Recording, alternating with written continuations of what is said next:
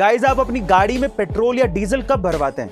अगर आप अपनी गाड़ी में पेट्रोल या डीजल दोपहर में भरवा रहे हैं तो आपको पैसों का नुकसान हो रहा है। कैसे? चलिए जानते हैं। देखिए, गर्मियों के दिनों में जैसे जैसे दिन चढ़ने लगता है वैसे वैसे टेम्परेचर बढ़ने लगता है, जिसकी वजह से फ्यूल एक्सपेंड होने लगता है और उसकी डेंसिटी घटने लगती है, जिसकी वजह से वॉल्यूम बढ़ने लगता है। इसका मतलब सीधा सीधा ये है कि आप जितने पैसे पे कर रहे हो उससे कम ही फ्यूल आपको मिल रहा है। पर इसमें पेट्रोल पंप के मालिक की कोई गलती नहीं है। ले दे के बात सिर्फ इतनी है कि अगर आपको पेट्रोल या डीजल भरवाना है तो आपको सुबह सुबह जल्दी या फिर देर रात को भरवाना चाहिए, आपको पूरा फ्यूल मिलेगा। गाइस, ये जानकारी आपको कैसी लगी कमेंट सेक्शन में जरूर लिखेगा। सामने वाले के हाव भाव को समझना भी पर्सनालिटी डेवलपमेंट का एक पार्ट होता है। कैसे? चलिए उसे दो एग्जांपल से समझते हैं।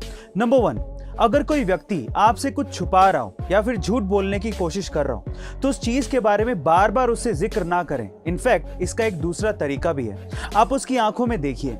लंबे समय तक उसकी आंखों में देखने से उसे आपसे झूठ बोलने में असहजता महसूस होगी और हो सकता है कि वो आपसे सच बोलने लगे। नंबर 2, अगर कोई व्यक्ति आपसे बात करते हुए बार बार घड़ी या फिर मोबाइल में समय देख रहा हो तो इसका मतलब यह है कि उसे अपने काम के लिए देरी हो रही है और आपके काम में या आपकी बातों में उसकी कोई भी दिलचस्पी नहीं है। साल 2011 के केबीसी में 5 करोड़ रुपए जीतने वाले सुशील कुमार आपको जरूर याद होंगे।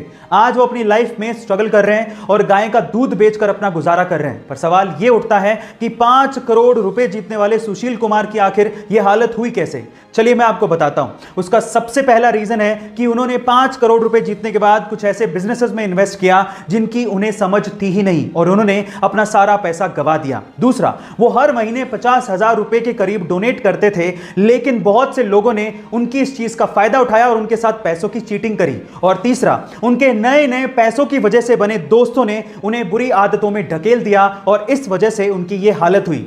इसलिए कहते हैं कि पैसा कमाने से ज्यादा पैसा संभालने में दिमाग लगता है। गाइस, अगर आपको हिचकी बहुत ज्यादा आती है या फिर अगर आपको भूख नहीं लगती या फिर सोते समय आप खर्राटे बहुत ज्यादा मारते हो, इन समस्याओं को दूर करने के कुछ घरेलू इलाज हैं। जरा ध्यान से सुनिएगा।